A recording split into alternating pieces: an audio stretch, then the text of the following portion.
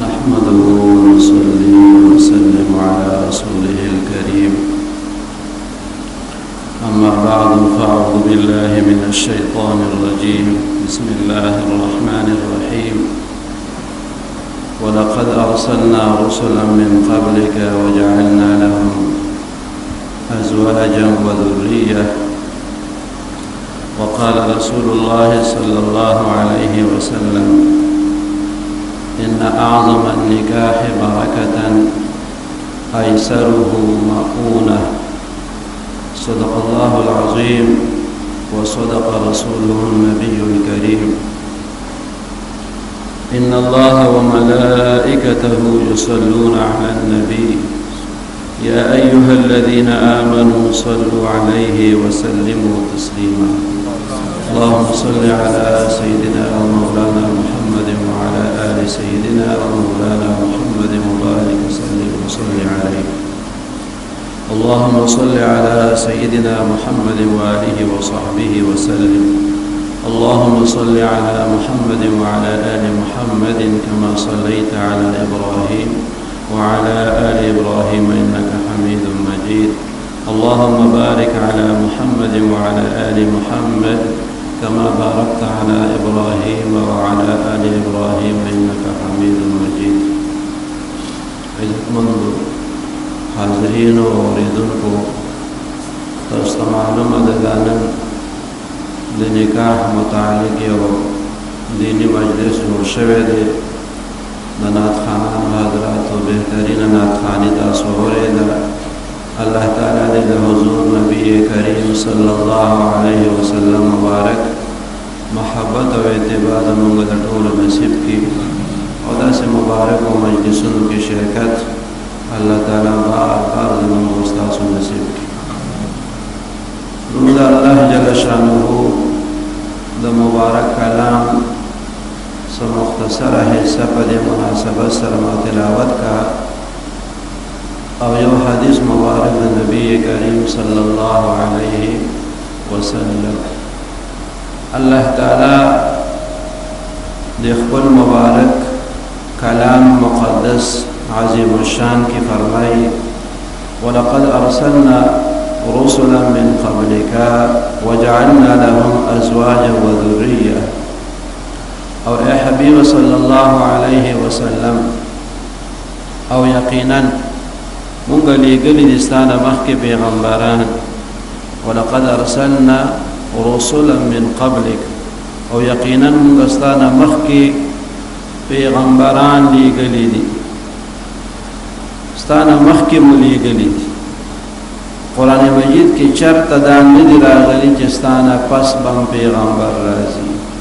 من قبلک ټکې راځي خو من بعدک نه دي راغلي.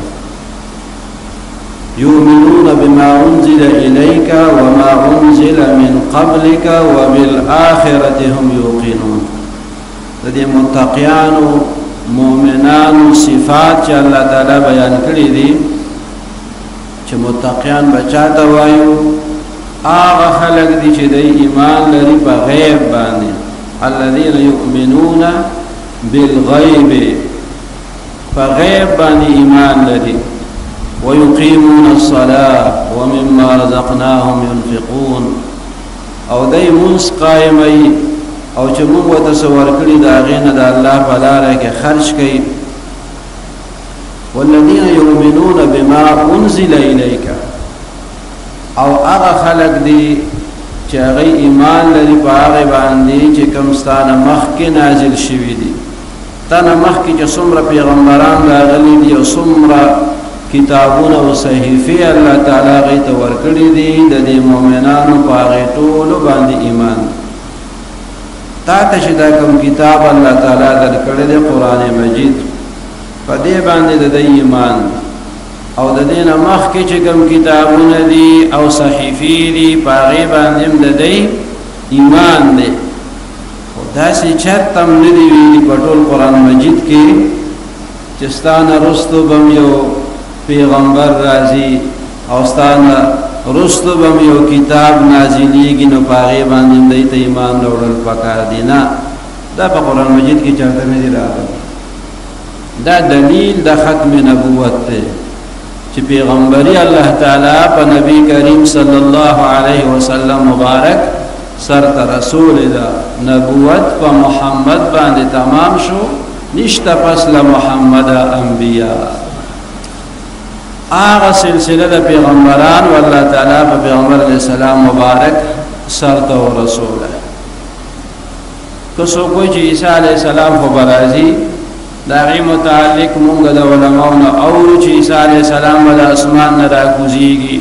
مونږ وایو او دا زمونږ بنیادی عقایدو کې شامل عقیده ده حضرت عیسی علیه السلام راکوزيږي او چې عیسی علیه السلام راشي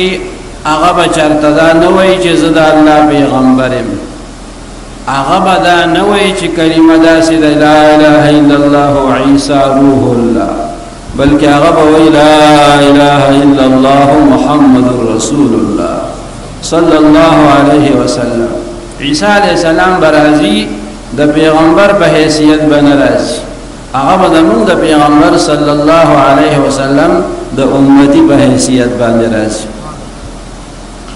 نو حضرت عیسی علیه السلام حضرت یحیی علیه السلام دین علاوه نور څومره پیغمبران الله تعالی را لېږلي دي نو دوی ته الله جل شانه بیبیان ورکړي دي اولاد ورته ورکړي نو که چا په نبی کریم صلی الله علیه وسلم یا په نور پیغمبرانو اعتراض کولو چې دا څنګه د خدای پیغمبران دي دا خو ودونه کوي ما لهذا الرسول يأكل الطعام ويمشي في الأسواق دی پیغمبر تشوی دی دا ولې دی داسې کوي دی خو خوراکم کوي او بازار تمزي نو پیغمبري الله جل شانه دا غیر سلسله الله تعالی روانه کړی و هغه سر تو رسول په نبی کریم صلی الله علیه وسلم خو چرته دا ندی ویلی چې پیغمبر هغه ته وایي چې خوراک نه کوي چرته دا ندی فرمایلی چې پیغمبر هغه ته وایي چې بازار ته نزي او چرته دا ندی راغلی چې پیغمبر به هغه چې وعده نه کوي که چا نه دی کړی نو هغه نه دی کړی یو دو پیغمبرانو نه دی کړی باقي ټول پیغمبرانو وعده کړی دي نو وعده د پیغمبري د شان نه خلاف کار نه دی که چا به اعتراض کولو دا غیر اعتراض بے بنیاد لکه دې زمانه کې یو سړی وي دا څنګه د خدای ولی دی خو موټر کې کېناستو دا څنګه د خدای ولی دی خو یې سری کړي کپړې چولې دي دا څنګه د خدای ولی دی خو ګډان پخبو کړي دي دا خیالي جوړي د خدای دوستان دی په ځنګلونو کې ګرځي په میرو دي ساري په غرونو کې دي ګرځي هغه له رسیدلې سړی وي یره دا وی رسیدلې کومز نه کوي وته رسیدلې وي کو اودس ني کلمه نه وای روجم نيسي وي خپام کوا ګورې سونه وی به د بینو کې دا رسیدلې سړی الکه چرته رسیدلې کم ځای ته رسیدلې دي چې د شریعت پابندي نه کوي روزه نه نيسي مانځه ته ناراضي توبه کلمه نشتا د الله د یاد نه غافل دي د قران شریف په تلاوت باندې جاری دل نه دي او ته پام کو سونه و دا رسیدلې یره دې په مکه مدینه کې وي مسکې ته دنه څه خبره دا ډېر رسیدلې سړی دې مکه مکرمه کې مسکې او دلته په مانځه تاسو زکه دې نه ویني چې دې په مدینه منوره کې مسکې چې دې دومره رسیدلې سړی چې مانځه ته بیت الله شریف ته ځي او مانځه ته دې مدینه منوره ته ځي نو خوراک ته دې بیا مدینه منوره ته ځي او مکه شریفه ته دې بیا ځي خوراک په پاکستان کې کوي او منځونه په مکه مکرمه کې کوي ولدا غزه دا خوراک د نه دي خوخ زمزم دې سکیلته او خوراکونه د مکه شریفه دې کوي د مدینه منوره کجوري دي خوري پکار دي چې د پاکستان په خوراکم بیا چاني لیدلې نو مونږ به ویلو دي خوراک عمل تک نو خوراک دلته منځونه ال تلاکم قانون نو د ولید لپاره خلکو د ځان یو معیار مقرر کړي کدا سین ولی وتوایو کدا سنین ولی وتنوایو خلق وی مال هذا الرسول یاکل الطعام ويمشي في الاسواق داوی څنګه پیغمبر دې خو خوراک کوي دې خو موږ بازار ته پتلو باندې لیدلې دي الکه یو سړی بازار ته لاړو نو دا خو د پیغمبري د شان نه خلاف نه ده که بازار ته څوک لاړو دا خو د ولایت د شان نه خلاف خبره نه ده دغه رنګ ودونه کول دا د شریعت سره تصادم نه لري نه د ولایت سره نه د نبوت سره بلکې څومره پیغمبران چې راغلي دي د یو دون علاوه هغه ټول چې دی هغه ودونه والاو هغه ته الله بیان ورکړي وي الله تعالی وتا اولاد ورکړو د حضور نبی کریم صلی الله علیه وسلم مبارک دا اسوه حسنه چې دا الله جل شانه د طرف نه یو لوی نعمت ته د دې مخلوق د پاره لقد كان لكم في رسول الله اسوه حسنه د رسول الله صلی الله علیه وسلم په دې مبارکه زندګۍ کې تاسو لپاره بهترین نمونه ده نو داغه مبارک ژوند چې دغه زموږ لپاره معیار هغه چې ودونه کړی دي او دا واده ترغیب ورکړی دی د دې فضایل بیان کړی دي برکات ذکر کړی دي نو پکار دا چې امتی دي د خپل پیغمبر صلی الله علیه وسلم په تعلیمات باندې د ځان کولو کوشش وکړي دا غي د خپلولو د کوشش وکړي چې د ځان نه یو تصور قائمي او هغه ته شریعت وي او هغه ته سنت وي دا خدای هغه ناپوهی ده د حضرت عیسی علیه السلام دا هغه چې کوم خلق په دې طریقه منون کی دي چې هغه ته د خدای پیغمبر وي او موسی علیه السلام د پیغمبر نه وي زمون پیغمبر صلی الله علیه وسلم ته د الله پیغمبر نه وي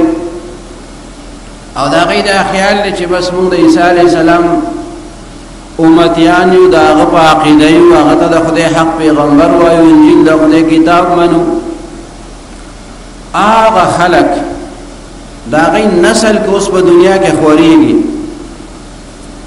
نو دا ټول برکت د نبی کریم صلی الله علیه وسلم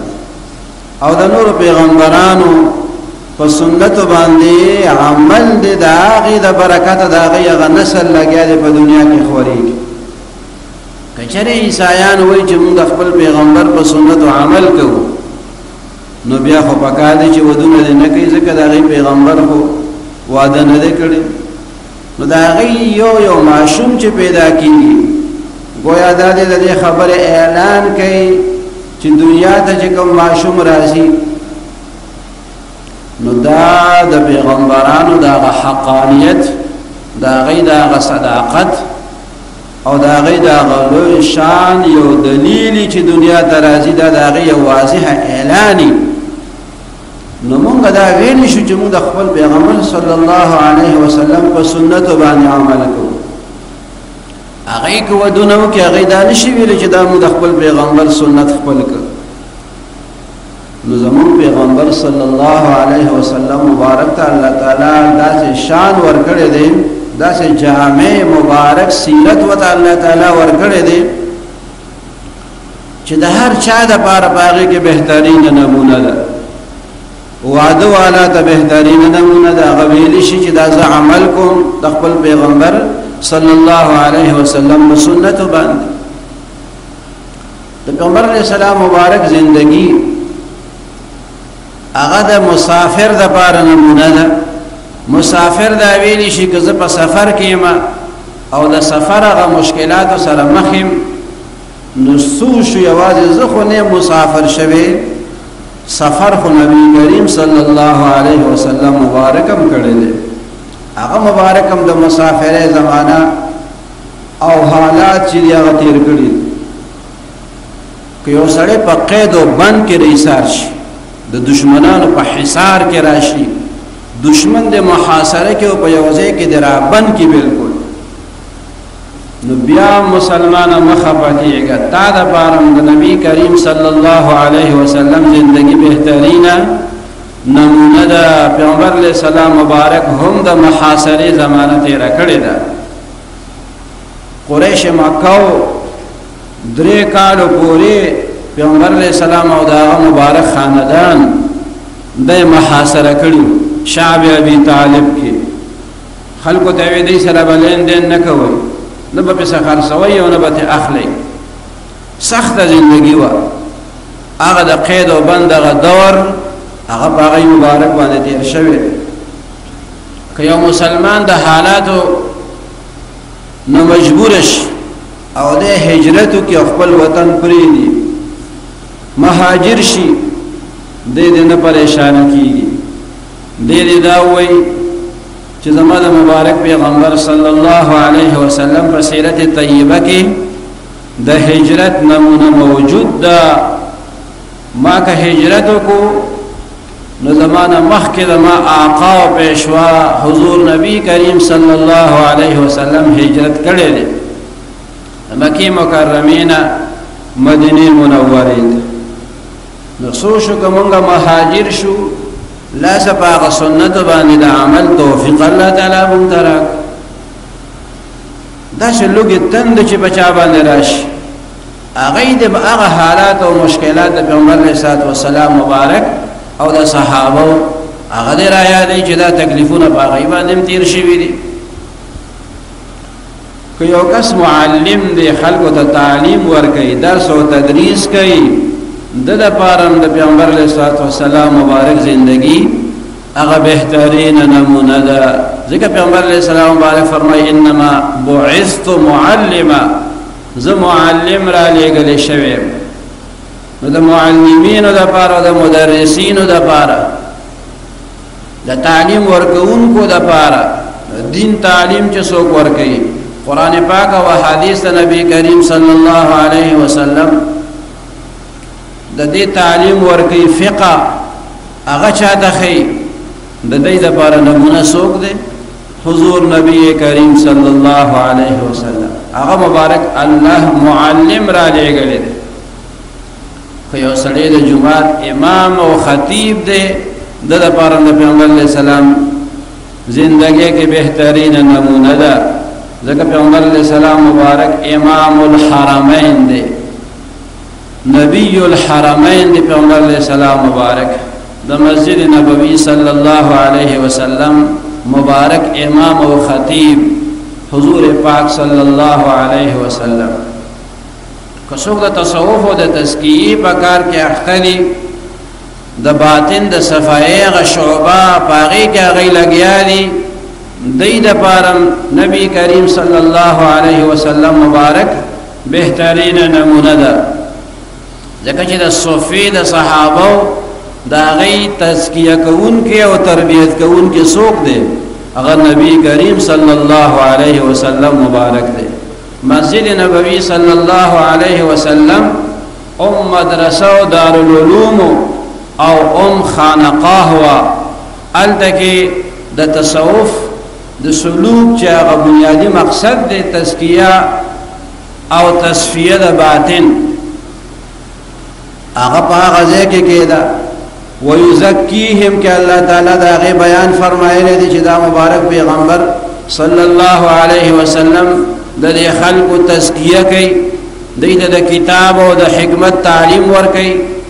او ويزکیهم او د دې تزکیه کوي نو د صوفیای کرامو د پاره د سالکانو د پاره د پیغمبر علیه السلام مبارک زندگی هغه بهترین نمونه ده کو څوک د دین د پاره د اعلاء کلمت الله د پاره لګیا دی jihad کوي په میدان jihad کې هغه خپل کوششونه کوي د پاره د پیغمبر علیه السلام مبارک زندگی بهترین نمونه ده ذکر مجاهدین سردار رئیس المجاهدین څوک دی نبی کریم صلی الله علیه وسلم مبارک دی د تمام دنیا د مجاهدینو رهبر او رهنما او پیشوا هغه حضور پاک صلی الله علیه وسلم مبارک. کسو په دنیا کې د عدل نظام قائمي، د عدل نظام د لپاره کوشش کوي، اسلامی دفعات قائمي، اسلامی سزاګانې خلکو ته ورکوي، د اسلام د عدل او د مساوات اصول دا غي تنفيذ کوي، هغه نافذ کوي. دا غي د لپاره بهترین نمونه حضور نبی کریم صلی الله علیه وسلم. ځکه پیغمبر علیه الصلوۃ والسلام مبارک تاجدار مدینه دی،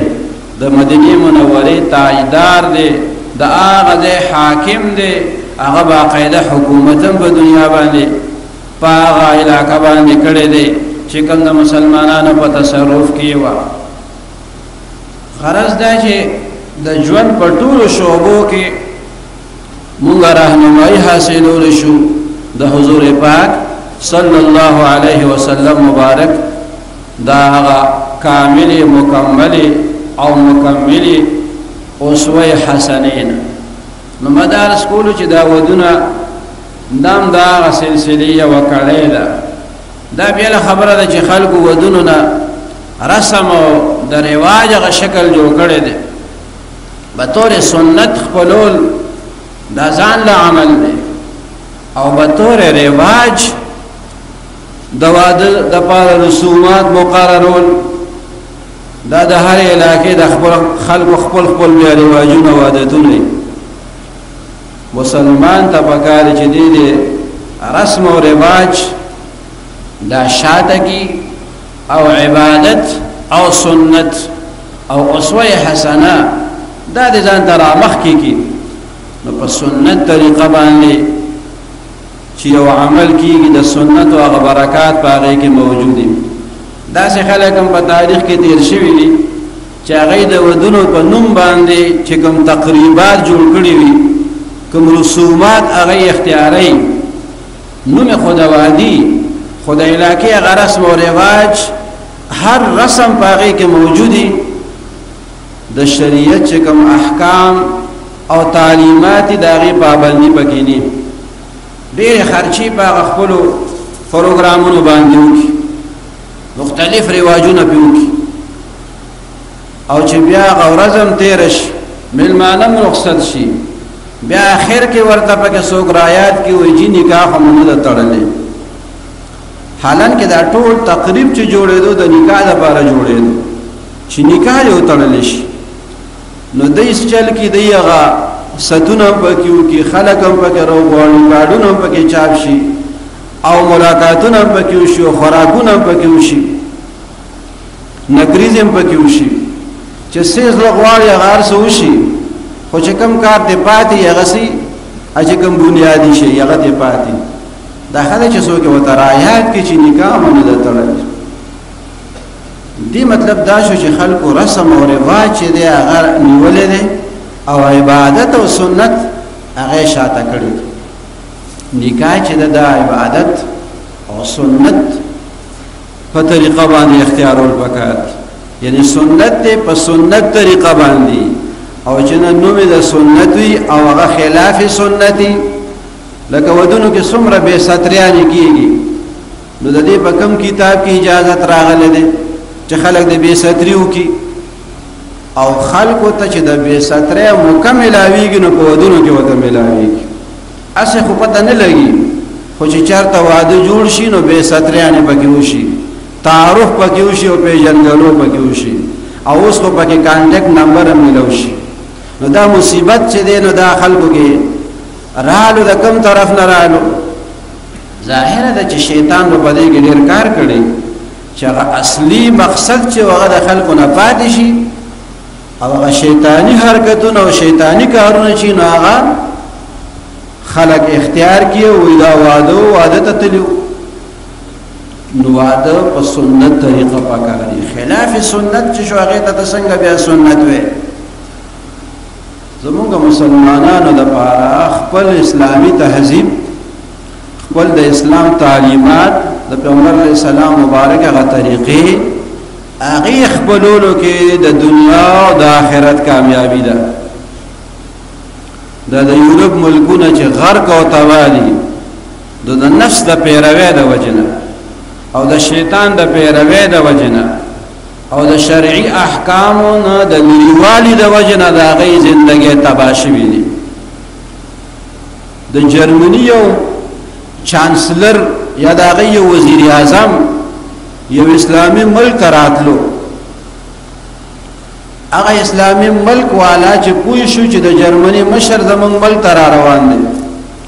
نو دی د هغه د استقبال لپاره د ډم ډم پروګرام جوړ کړو، د موسیقۍ پروګرام ورته جوړ کړو چې دا د جرمني چانسلر را روان دی، نو دی به په موسیقۍ باندې خوشحالیږي، ډمتوب باندې به خوشحالیږي. نو په اسلامي ملک کې د هغه لپاره داسې پروګرام جوړ شي.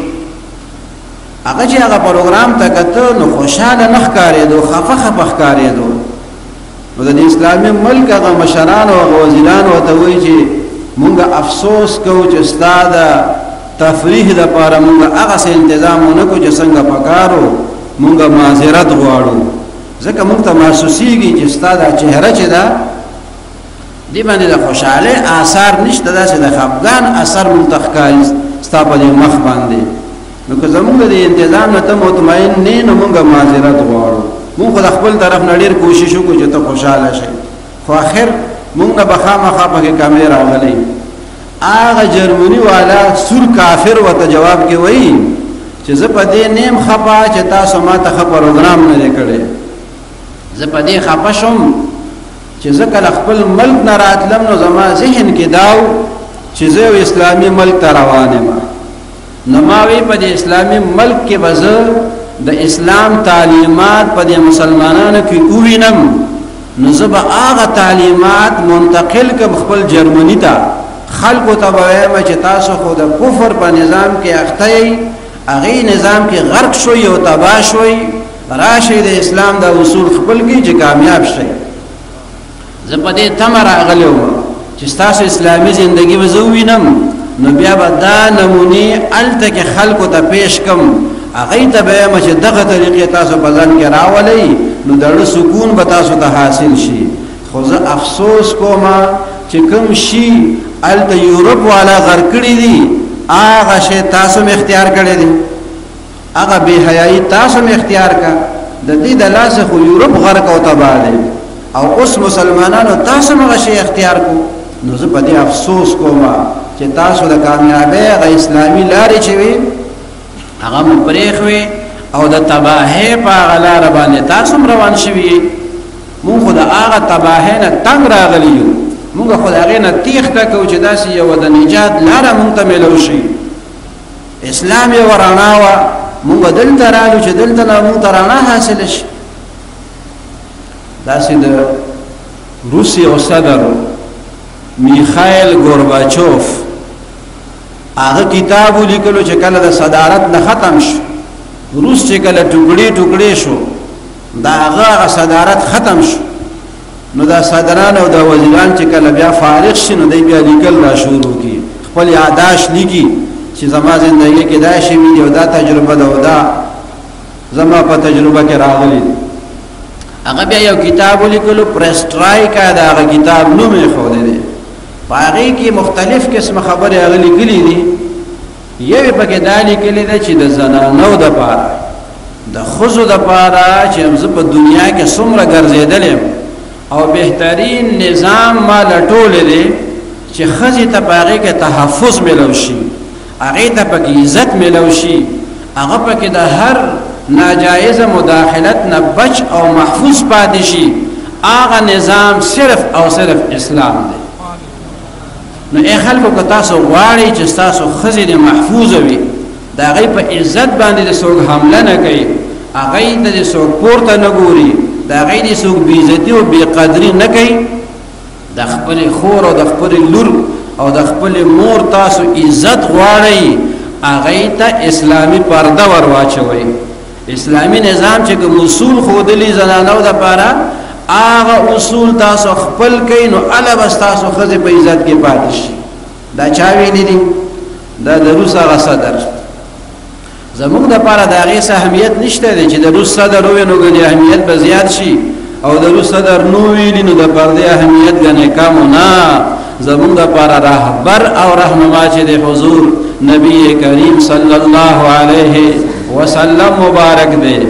دا حوالی خو مونږه هغه چاته ورکو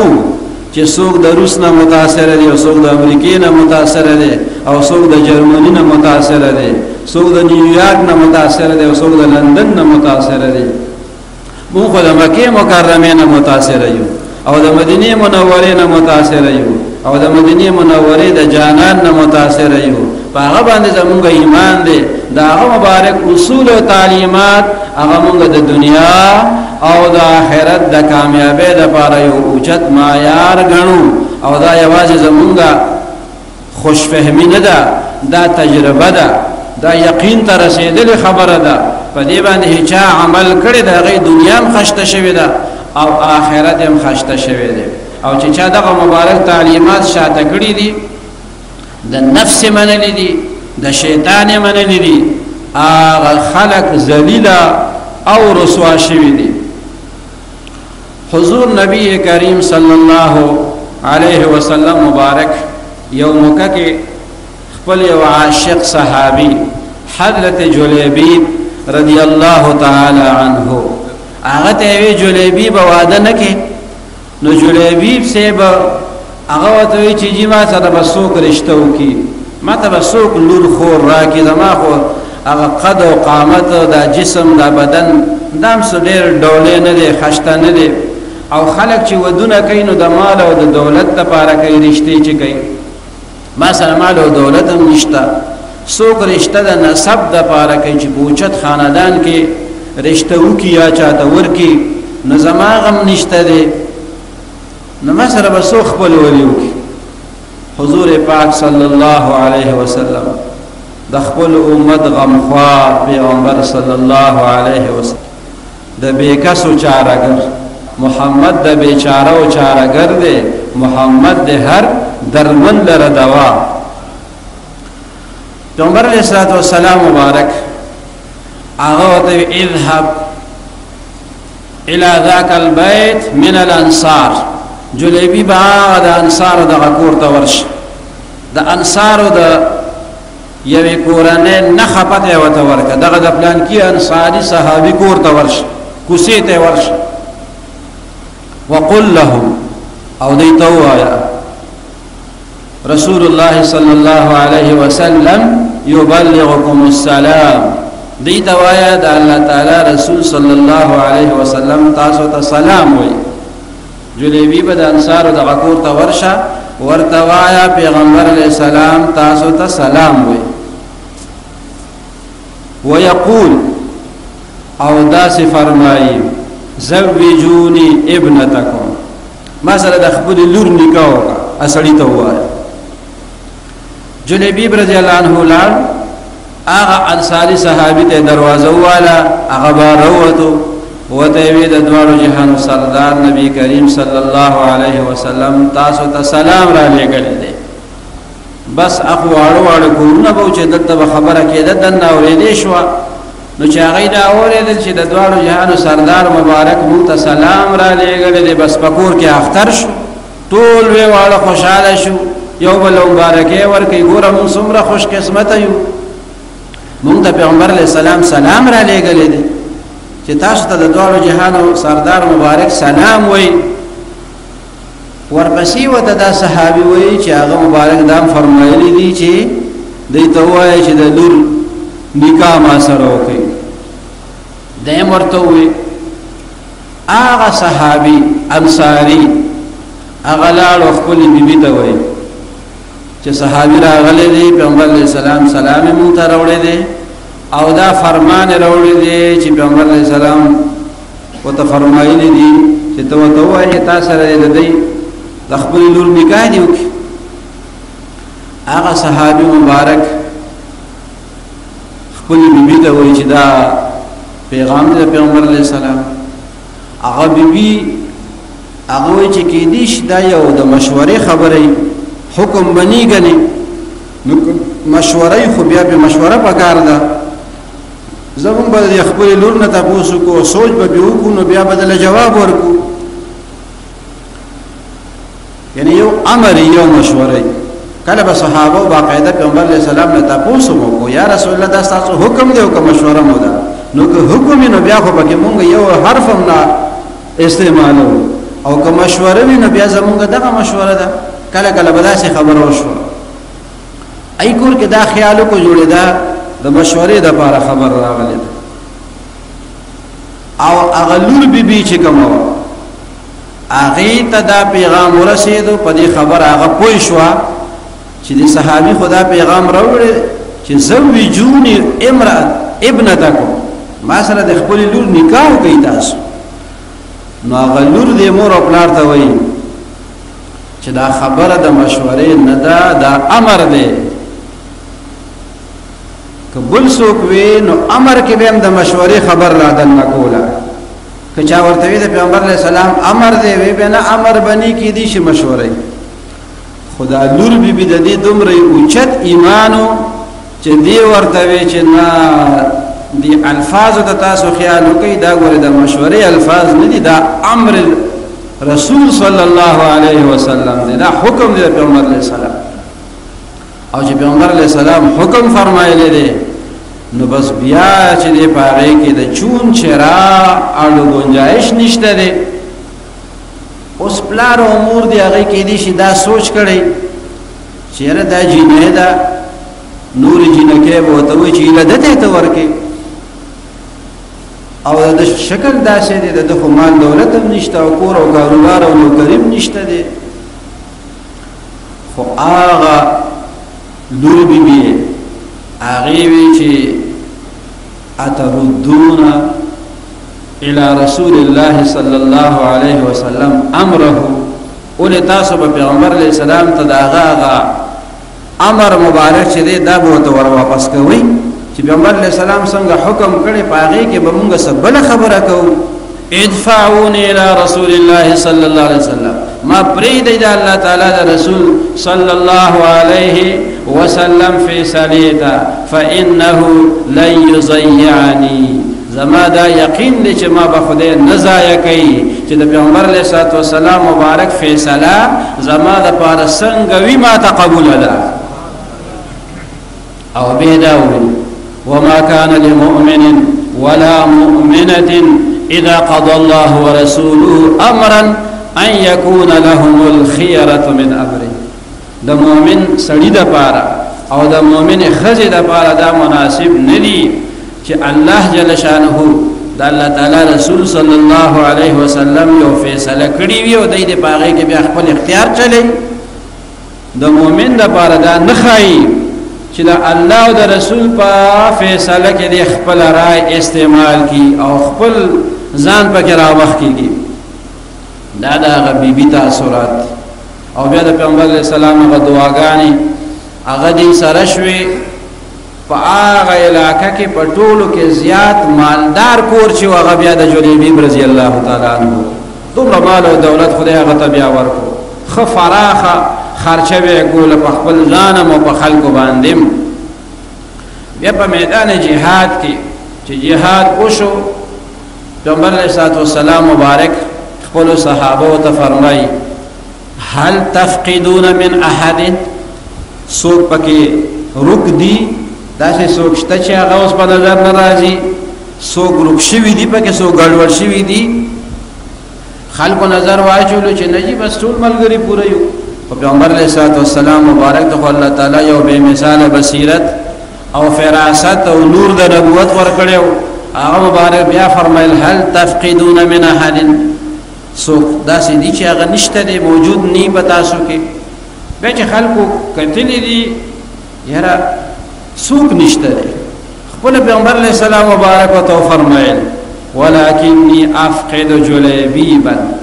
لما خیال دار جلیبیب نخکاری جلیبیب نشته دی یعنی معلومه دا شو چې په ټول لخر کې چې څومره کسان به د حضور پاک صلی الله علیه وسلم مبارک دا معجزه وا چې هغه مبارک تبا د خپل مجاهدینو دا غیغه حالات الله تعالی خودل چې کم شهید دی کم زخمی دی څوک شتا څوک نشتا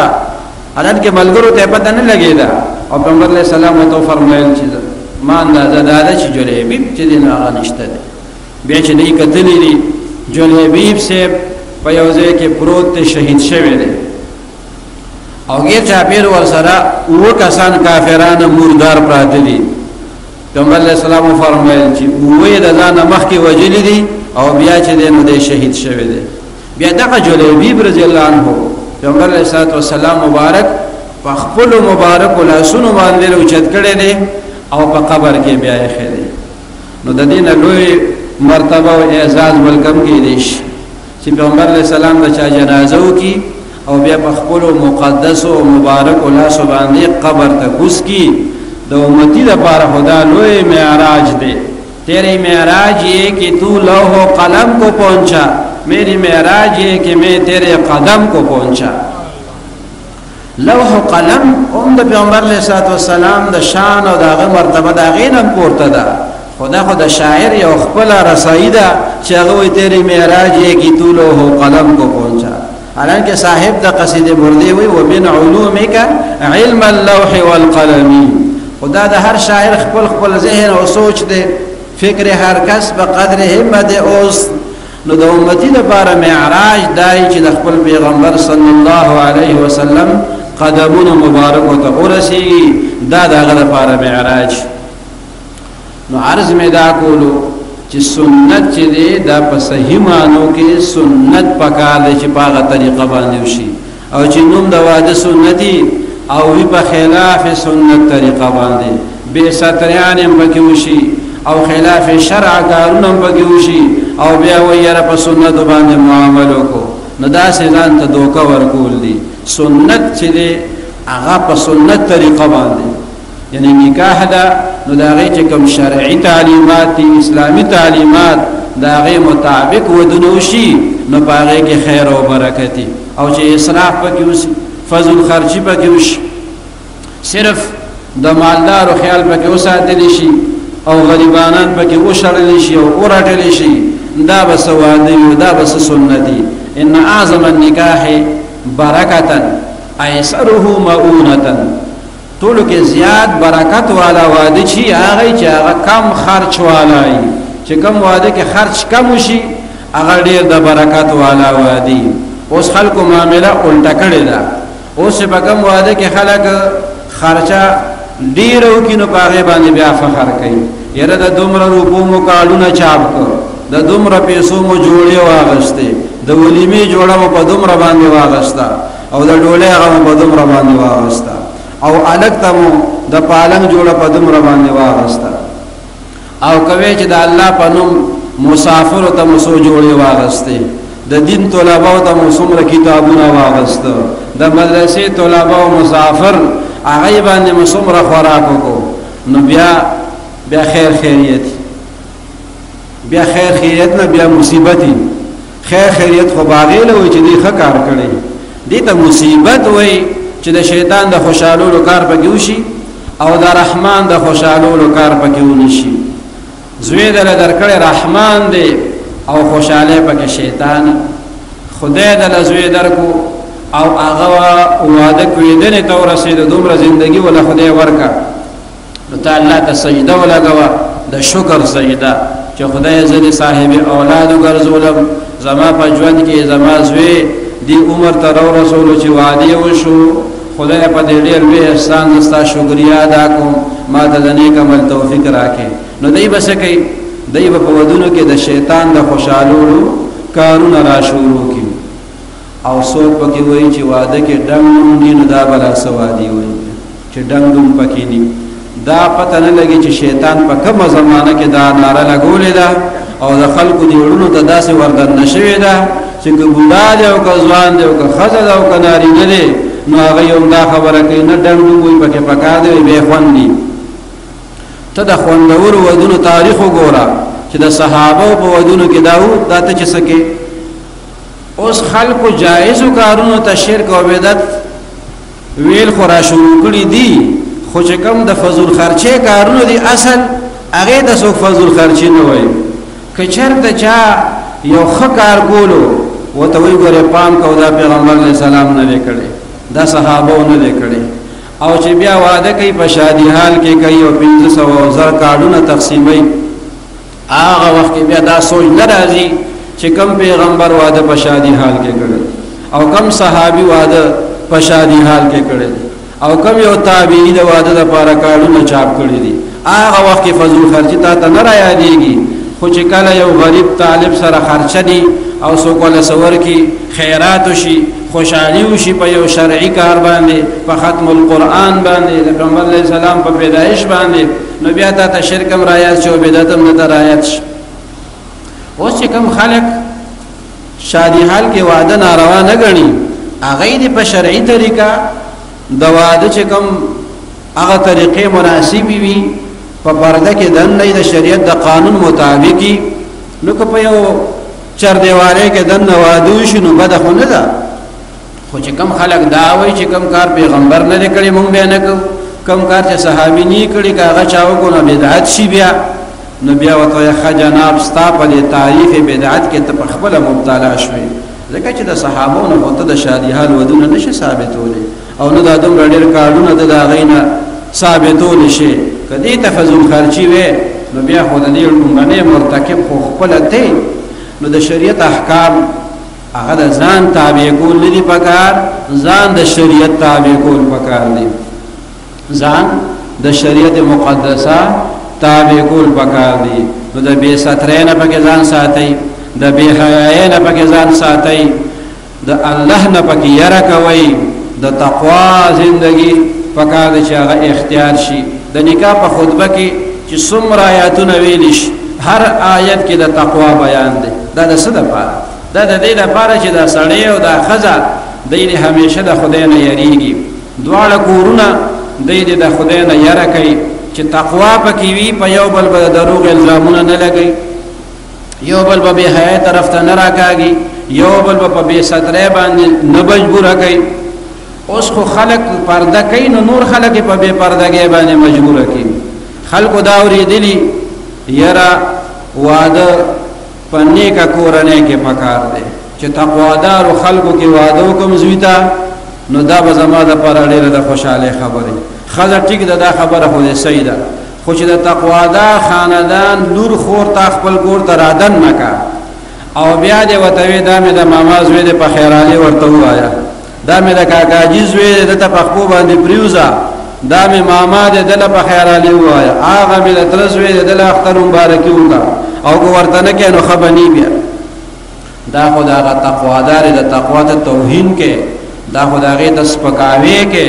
دا خو د تقوا بې قدري کې چې یو خواوی تقواداره جینۍ کور ته راولم د نیکانو لور خور چې ما کره راشي نو کور به برکتناک شي او په منځ کې د خپل لاسه کور بې برکته کې چې هغه د تقوا او د حیا او د پردې ښځه ده او ته په بې پردګۍ باندې مجبوره کې او ورته وایې چې زما کور ته راغلی چې څه زه وایم نو هغسې به کې او مولاتوب دې دلته نه چلیږي دا د پلانکي خان کور دی